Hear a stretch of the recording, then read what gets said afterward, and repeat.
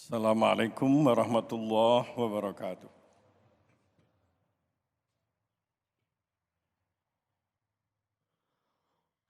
Allahu Akbar, Allahu Akbar.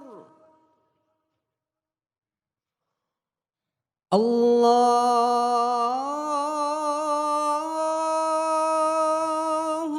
Akbar, Allahu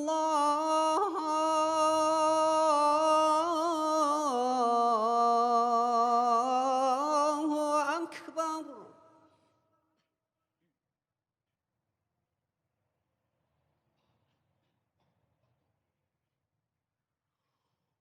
أشهد أن لا إله إلا الله.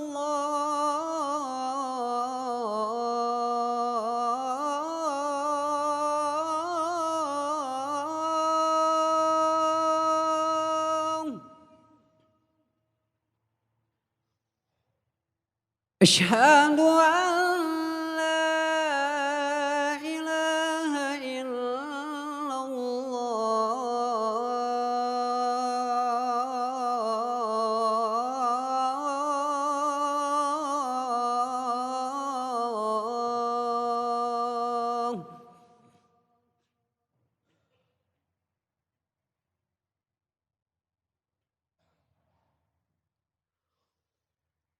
أشهد أن محمد رسول الله.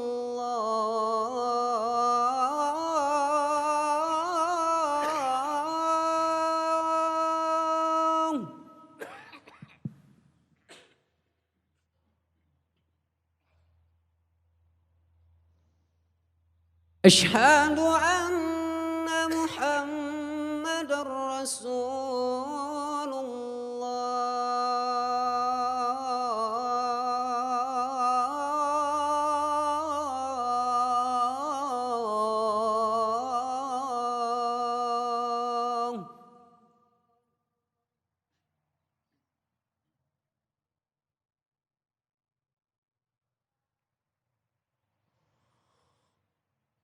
حي على الصلاة.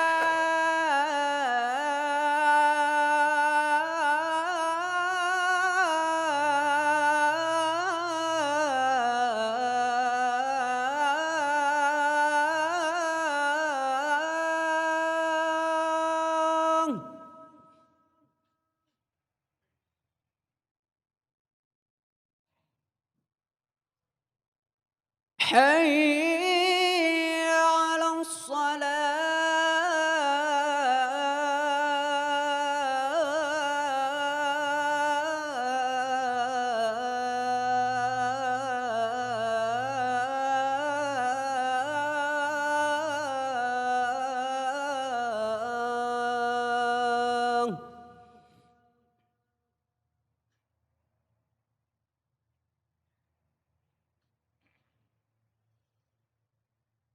حي على الفلاح.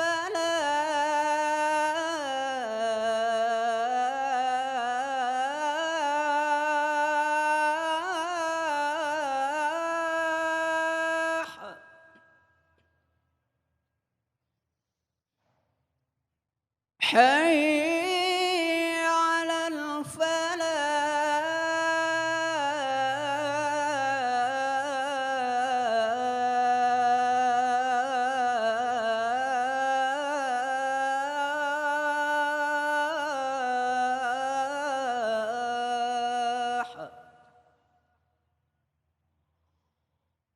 الله أكبر،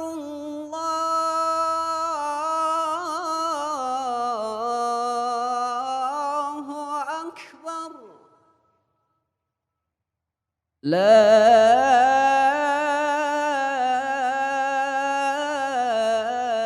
إله إلا الله.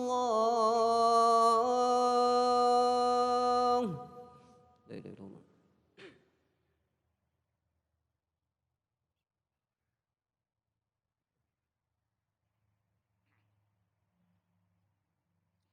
Alhamdulillah.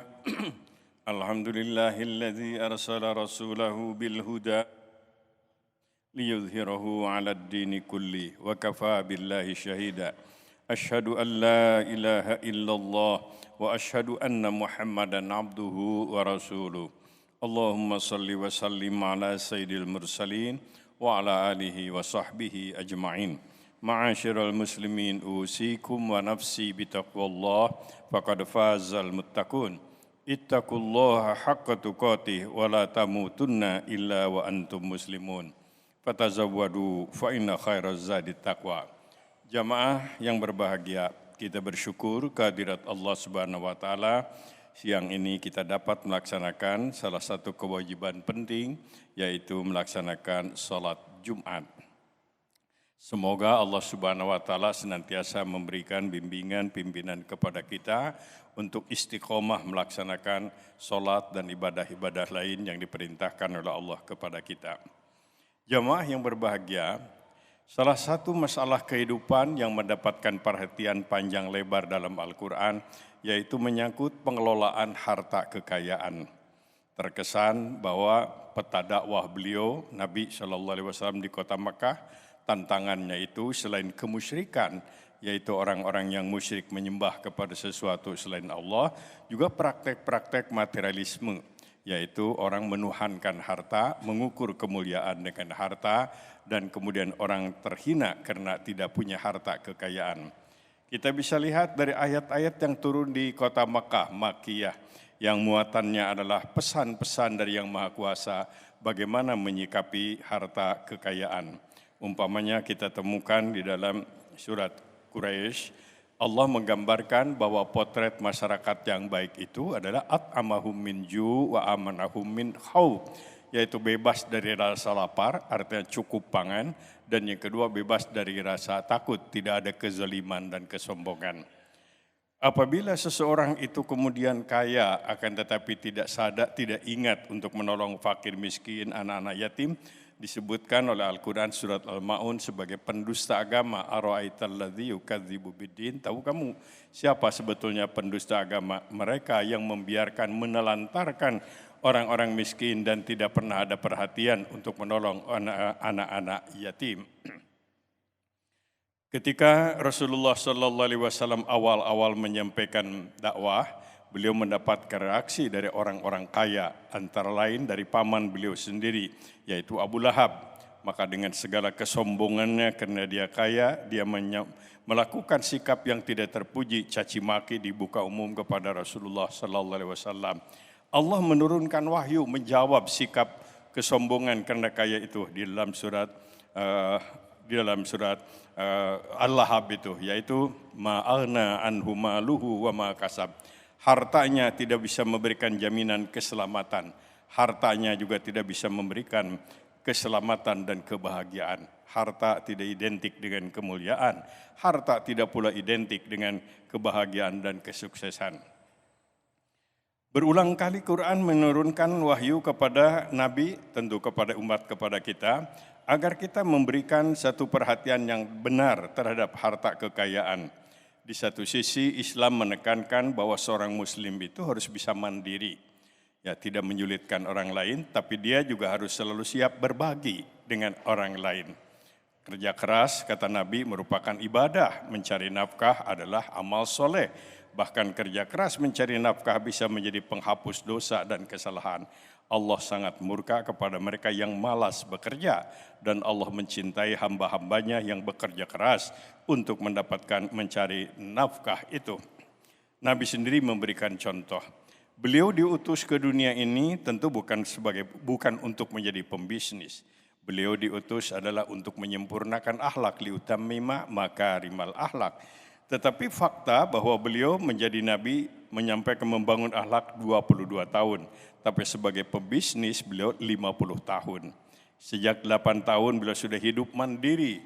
Pekerjaan yang beliau lakukan sebuah pekerjaan yang tidak populer. Kuli mengembalakan kambing kepunyaan orang kaya. Tentu ini bukan sebuah kebetulan apalagi penghinaan. Tapi di dalamnya ada pembelajaran. yaitu bahwa tidak ada pekerjaan yang hina, tidak ada pekerjaan yang jelek sepanjang halal menurut agama dan tentu benar menurut aturan-aturan di dalam berbangsa dan bernegara. Ini yang harus menjadi sikap kita. Kerja keras ibadah, kerja keras adalah jihad, kerja keras mencari nafkah adalah amal soleh, kerja keras mencari nafkah bisa menjadi kifarat penghapus dosa dan kesalahan. Tetapi Quran mengingatkan, jangan sampai kekayaan itu menjadikan kita lupa akan peristiwa apa yang akan kita alami setelah kematian. Umpamanya dalam surat Al-Humazah, Allah menyatakan celaka itu orang-orang Al-Humazah, orang-orang yang licik, yang cirinya ada alladzi jama'a mala wa adada, sibuk menghitung-hitung kekayaan, dia menyangka bahwa kekayaannya akan kekal bersamanya. Kemudian dalam surat At-Takasur, Al-Hakumut, Allah menyatakan Al-Hakumut Takasur, telah menyilaukan kamu, kesibukan kamu menimbun kekayaan, baru kamu sadar semuanya ditinggalkan setelah kamu masuk kuburan. Surat Al-Adiyah, Allah menyatakan sifat manusia itu memang wa innahu lihubbil khairi lasyadid. Ada kecenderungan manusia itu gila harta. Diingatkan oleh Allah, hati-hati jangan sampai gila harta, lupa akan kewajiban sebagai makhluk Allah. Surat Al-Alaq ayat ke-6 juga Allah menyatakan kalla innal insana layatgha. Perhatikan itu, manusia itu jadi sombong karena merasa dia punya kekayaan.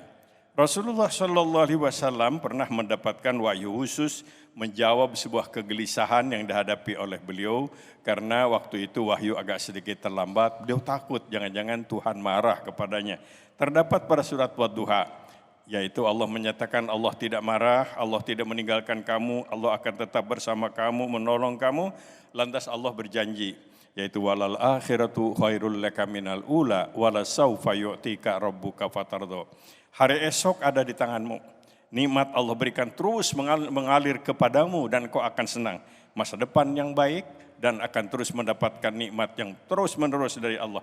Ada persyaratan yang disampaikan oleh Allah kepada Nabi, tentu juga kepada kita, yaitu kalau ingin dapat nikmat yang lestari, masa depan yang indah, rahmat Allah mengalir satu. Fa'ammal yatima fala taqhar. Jangan coba-coba menyakiti anak yatim, wa ammas-sa'ila fala tanhar. Dan jangan kau lakukan mengusir orang yang minta-minta. Tentang anak yatim, Nabi menyatakan, orang yang menyakiti anak yatim sama dengan menyakiti aku. Orang yang sayang kepada anak yatim berarti sayang kepadaku. Ana wa kafilul yatim fil jannah. Di sorga nanti saya akan bergandengan tangan dengan orang yang ketika di dunia banyak menyantuni anak yatim. Kepada orang yang miskin, Nabi menyatakan orang yang minta-minta yang datang ke rumahmu itu membawa rezeki. Dan ketika pulang dia menghapuskan dosa dan kesalahan. Kalau kamu tidak akan memberi, maka Allah menyatakan qaulun ma'rufun khairum min shadaqati yatba'u adza. Ucapan yang baik, yang sopan, yang santun itu adalah lebih indah, lebih baik daripada memberi tapi sambil caci maki dan menyakiti. Masih banyak ayat-ayat yang turun kepada Rasulullah SAW sejak di kota Makkah. Nah, kemudian Allah Subhanahu wa taala menurunkan wahyu demi wahyu yang berkaitan dengan pengaturan harta kekayaan. Pada dasarnya kekayaan itu pemiliknya adalah Allah. Kemudian hak-hak individual yang ada pada manusia itu adalah pemberian dari Allah. Kalau kita ingin punya harta harus bekerja sesuai dengan perintah Allah dan minta kepada Allah. Kalau Allah belum memberi, kita harus yakin bahwa Allah maha tahu tentang apa yang ada pada diri kita. Mungkin dengan diberi harta kita kelantas menjadi sombong, takabur, atau kemudian menjadi kufur kepada Allah Subhanahu wa taala. Selain pemberian dari Allah, harta itu adalah titipan, amanah dari Allah. Sebagai amanah titipan, kita harus memposisikan diri seperti petugas parkir. Ketika harta diambil oleh Allah, samalah ketika orang petugas parkir. Harus ridho diambil oleh yang punya, karena yang punyanya adalah Allah Subhanahu wa taala. Kemudian selanjutnya, harta kekayaan itu selain merupakan anugerah Allah adalah ujian dari Allah. Semakin banyak harta kita, semakin tinggi tingkat ujian kita. Diuji oleh Allah Subhanahu wa taala sampai seberapa jauh kita lulus atau tidak lulus dengan ujian diberi harta kekayaan. Dan yang paling penting, Quran menyatakan harta berapapun yang Allah berikan kepada kita harus dijadikan bekal ibadah. Harta bisa diperoleh pertama karena dapat warisan dari orang tua, dari istri atau suami, dari saudara. Yang kedua, harta itu bisa diperoleh karena ada orang yang memberi kepada kita, pemberian. Dan yang ketiga, harta itu bisa kita peroleh karena penemuan. Ada rikaz, ada lukotoh, aturan penemuan harta kekayaan. Dan yang tidak kalah pentingnya, harta harus menjadi bekal ibadah kita kepada Allah Subhanahu wa taala. Nabi Shallallahu Alaihi Wasallam menyatakan, kalau manusia itu meninggal dunia, putus semua amalnya, putus semua urusannya, kecuali 3, dia akan terus mendapatkan anugerah, mendapatkan pahala, mendapatkan balasan dari Allah Subhanahu wa taala. Investasi abadi itu adalah 3. 1, ilmu yang kita manfaatkan, yang diajarkan kepada orang lain untuk menjadi orang baik. Dan yang kedua adalah anak soleh yang selalu mendoakan. Dan yang ketiga adalah harta yang disedekahkan, harta yang diwakafkan, harta yang diberikan. Kita harus punya 3 investasi abadi. Bagi yang belum keluarga tentunya paling tidak 2. Punya ilmu, manfaatkanlah untuk menambah ilmu orang lain. Dan yang kedua, harus ada sekian persen dari harta kekayaan kita yang bisa kita bawa. Jangan semuanya kita tinggalkan. Rasulullah Shallallahu Alaihi Wasallam menyatakan, begitu seseorang meninggal di dunia, ia sudah merasakan nikmatnya sedekah, nikmatnya infak, dan nikmatnya wakaf. Dan orang menyesal karena kekayaan yang banyak dia kumpulkan, tidak ada yang disedekahkan dan tidak ada yang diinfakkan. Dan seseorang merasa tersiksa berat karena kekayaan yang dikumpulkannya ternyata menjadi sumber sengketa dan pertengkaran ahli warisnya. Wa na'udzubillah min dzalik. Oleh karena itulah, berapapun kekayaan yang kita peroleh, hendalah ada bagian dari kekayaan yang kita dapatkan menjadi pahala yang mengalir, sedekah jariyah. Tidak akan ada orang menjadi miskin gara-gara infak dan sedekah. Enggak pernah ada pengusaha bangkrut gara-gara infak dan wakaf. Yang ada justru sebaliknya, doa dikabulkan, apa yang diminta akan diberikan oleh Allah, dan harta kita menjadi barakah, bahagia di dunia dan insyaallah bahagia di akhirat. Aqulu qouli hadza fastaghfirullahal azim innahu huwal ghafurur rahim.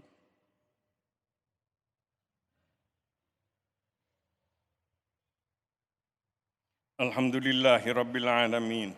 Allahumma salli wa sallim ala sayyidil mursalin wa ala alihi wa sahbihi ajma'in. Ma'asyiral muslimin, usikum wa nafsi bitaqwallah, faqad fazal muttaqun. Ittaqullaha haqqa tuqatih wa la tamutunna illa wa antum muslimun. Fatazawwadu fa inna khairaz zadit taqwa. Jamaah Jumat yang berbahagia.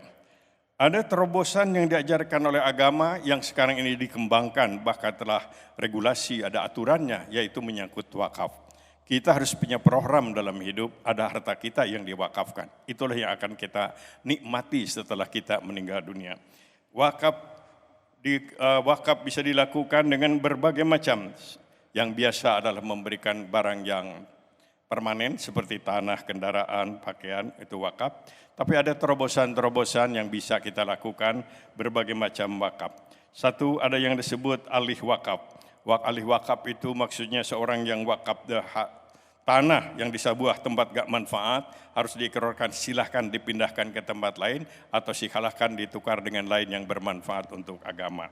Kemudian ada yang dikemas dalam wasiat wakaf. Seseorang tidak bisa berwakaf, ini terhalang macam-macam pertimbangan psikologis dan lain-lain, bisa dikemas dalam wasiat wakaf. Sebelum meninggal dunia saya wasiatkan, sekian kekayaan atau kekayaan saya yang ini adalah harus menjadi harta wakaf. Jadi harta dia yang akan diperoleh setelah meninggal dunia. Nah, syaratnya tentu tidak lebih dari 1/3 dari harta waris. Selanjutnya ada nazar wakaf. Orang sulit wakaf, tapi supaya dipaksa bisa wakaf, dia bernazar. Nazar saya, kalau anak saya diterima di sini, saya nazar mau wakaf. Jadi wakaf menjadi wajib dan menjadi dipaksa oleh keadaan kita wakaf. Ada wakaf kolektif, kita sekeluarga bisa mengumpulkan dana, kemudian dikumpulkan menjadi harta wakaf. Atau sebuah lembaga, sebuah organisasi, gerakan wakaf kolektif. Kemudian orang ada juga yang mengemas tasyakur atas sebuah nikmat dengan cara wakaf. Saya syukuran ini, karena saya sukses, saya melakukan wakaf. Kemudian ada wakaf dilakukan secara rutin. Dia mendapatkan penghasilan dari sebuah perusahaan, sudah diniatkan sekian persen dari harta saya itu untuk wakaf. disalurkan kepada lembaga wakaf. Sehingga dipaksa oleh keadaan kita menjadi wakaf. Ada wakaf produktif, wakaf tapi bisa memberikan lapangan pekerjaan, yaitu wakaf dengan ikrar dari wakif dan kemudian dikelola oleh nazir. Nazir itu bisa yayasan, jadi memberikan uang kemudian dikelola, dari hasil kelolaan itu dia dapat menolong orang-orang miskin dan orang-orang yang memerlukan. Ada wakaf produktif dan masih banyak lagi jenis-jenis wakaf. Ini adalah kesempatan bagi kita, sekali lagi jangan sampai kita menghadap Allah tanpa bekal wakaf atau sedekah jariah. Tentu Allah lah yang sangat menentukan, dan jaminan dari Allah Subhanahu wa taala kita wakaf, kita tidak akan jadi miskin. Kita wakaf, insya Allah kita akan mendapatkan pertolongan dari Allah Subhanahu wa taala. Allahumma ighfir lil muslimina wal muslimat wal mu'minina wal mu'minat al-ahya'i minhum wal amwat. Allahumma rabbana la tuzigh qulubana ba'da idh hadaitana wa hab lana min ladunka rahmah innaka antal wahhab. Allahumma arinal haqqa haqqa warzuqna ittiba'ah wa arinal batila batila warzuqna ijtinabah. Allahumma ansur man nasaral islam wal muslimin wa khzul man khadalal islam wal muslimin. Allahumma aizil islam wal muslimin. Allahumma rabbana la tu'akhidhna in nasina aw akhtana. Rabbana wa la tahmil alaina isran kama hamaltahu ala alladhina min qablina. Rabbana wa la tuhammilna ma la taqata lana bi wa'fu 'anna waghfir lana warhamna anta maulana fansurna 'alal qaumil kafirin fansurna 'alal qaumil zalimin fansurna 'alal qaumil fasiqin fansurna 'alal qaumil mufsidin. Rabbana atina fid dunya hasanah wa fil akhirati hasanah wa qina adzabannar. Subhana rabbika rabbil izzati amma yasifun wa salamun alal mursalin walhamdulillahi rabbil alamin. Amin ya Allah ya rabbal alamin.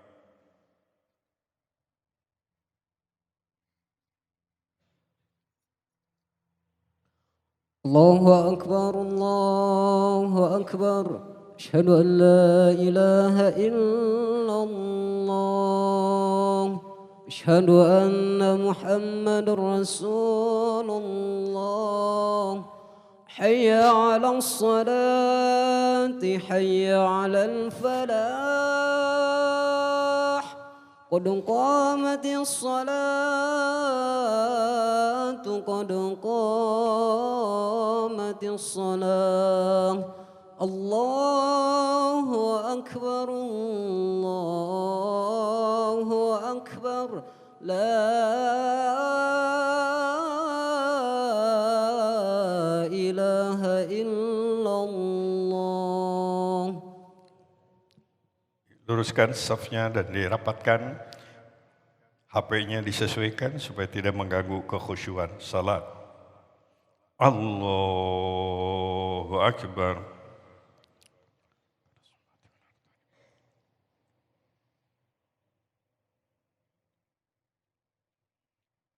Bismillahirrahmanirrahim. Alhamdulillahi rabbil alamin. Ar-Rahmanir Rahim. Maliki yaumiddin. Iyyaka na'budu wa iyyaka nasta'in. اهدنا الصراط المستقيم صراط الذين أنعمت عليهم غير المغضوب عليهم ولا الضالين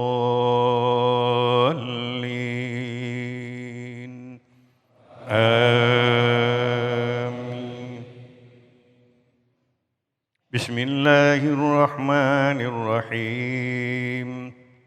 إذا زلزلت الأرض زلزالها وأخرجت الأرض أثقالها وقال الإنسان ما لها يومئذ تحدث أخبارها بأن ربك أوحى لها يومئذ يصدر الناس أشتاتا ليروا أعمالهم فمن يعمل مثقال ذرة خيرا يره ومن يعمل مثقال ذرة شرا يره الله أكبر.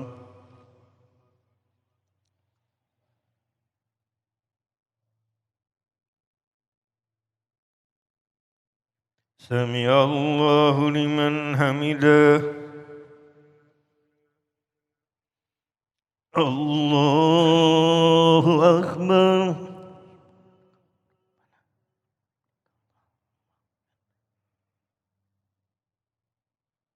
الله أكبر.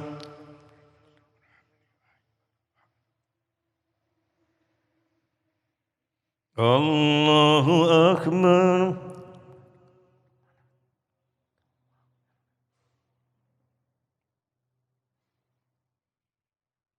الله أكبر.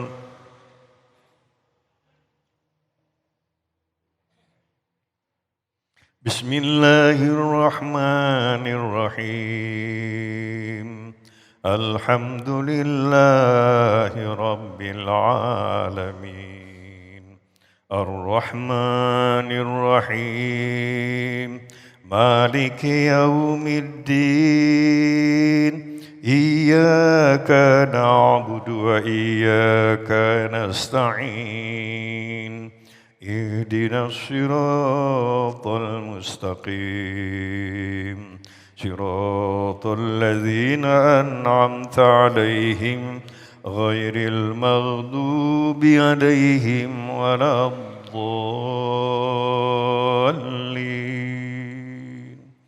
آمين. بسم الله الرحمن الرحيم. القارعة ما القارعة وما أدراك ما القارعة يوم يكون الناس كالفراش المبثوث وتكون الجبال كالعهن المنفوش فأما ما ثقلت موازينه فهو في عيشة راضية وأما من خفت موازينه فأمه هاوية وما أدراك ما هي نار حامية. الله أكبر.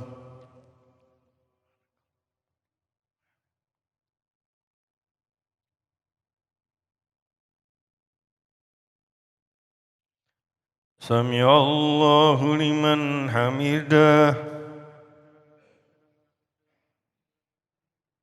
الله أكبر.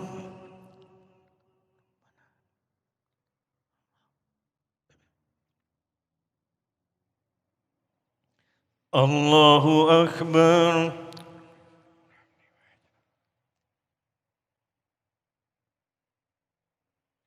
الله أكبر.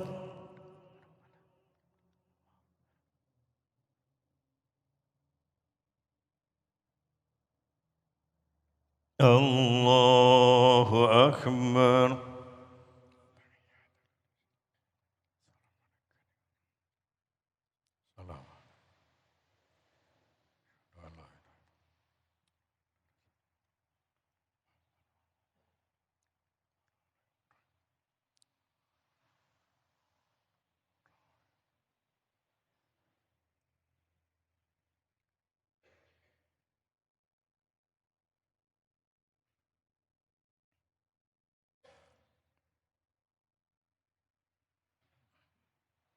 السلام عليكم ورحمة الله. السلام عليكم ورحمة الله.